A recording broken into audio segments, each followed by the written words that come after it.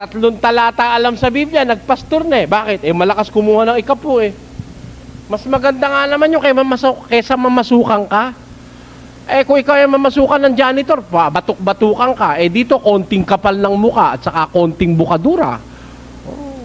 Mga kapatid, tayo po ay tinatawag ng mahal na Panginoon. Sumama na kayo sa akin. At tayo aabangan natin si Jesus dun sa ibabaw ng bundok ng Banahaw. Nakasakay sa isang purlong gintong hinuhila ng 6 na kabayong maputi. Aabangan natin ang pagbabalik ng Panginoon. Sa 1 linggo, babalik na siya. Kaya ibenta nyo na lahat yung mga ari-arian ninyo. Dahil babalik na ang Panginoon, di na natin pakikinabangan niya. Binenta. Bentahan. Mga taga-Sapampalay, talungin nyo kung di totoo. Doon sa yung mga old tenant ng Sapampalay, nung wala pang mga squatter doon, doon nangyari yun.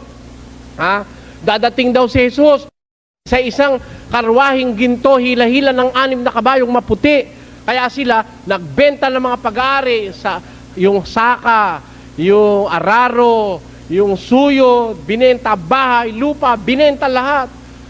Ang nangyari nung ibenta, ang pera binigay doon sa pastor.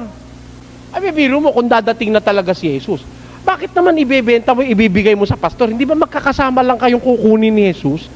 Aanin nyo yung pera sa langit. Binigay sa pastor. O di naghintay sila, hating gabi raw dadating eh. Nung hating gabi na, nung alas 11 na, panangisan na, Panginoon, Panginoon, Baba. Alas 11:30, naku, lalong tumitindi ang panangisan. Nung alas 12 na, natigil na konti. Nag-aabang. Baka andyan na yung karwahing gintong hinihila ng 6 na kabayong maputi. Wala. Nung alas 12:05, wala. Titingin na yung mga tao. Naku, kung saan-saan tumitingin direksyon.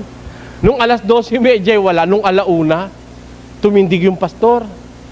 Mga kapatid, nakita ng Panginoon na tayo taos na nagsisisi sa ating mga puso.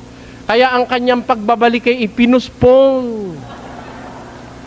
Magsiuwi na kayo sa inyong mga tahanan. Saan uuwi? Binenta na nga yung mga pag-aari. Kita nyo, sino mayaman? Yung pastor. Di ba kamakailan yung taga-Korea, ganun din? Yung taga-Korea, Bang Ik-ha, dadating daw si Kristo nung 1992. October nun eh. Pinakunan ko pa ng retrato dyan sa Cubao. Nako, iyakan ng iyakan mga tao. Nung hindi dumadating nung oras na pinag-usapan, natatraffic daw. Na-traffic daw si Kristo. Andun mismo sila eh. Sila, Brad Robert, ang may dala ng ng camera. Nung hindi dumating postpone daw ang paghukom. Kaya dapat tayo mamili ng sasamahang reliyon. Maghanap kayo ng grupo, kagaya ng sinasabi ng Biblia, grupo ng mga mahihirap, grupo ng walang kwentang mga tao, pero ang aral na pinagsasama-sama ay walang karumihan, walang kamalian, walang pagdaraya. Ayan po ang sinasabi sa Biblia.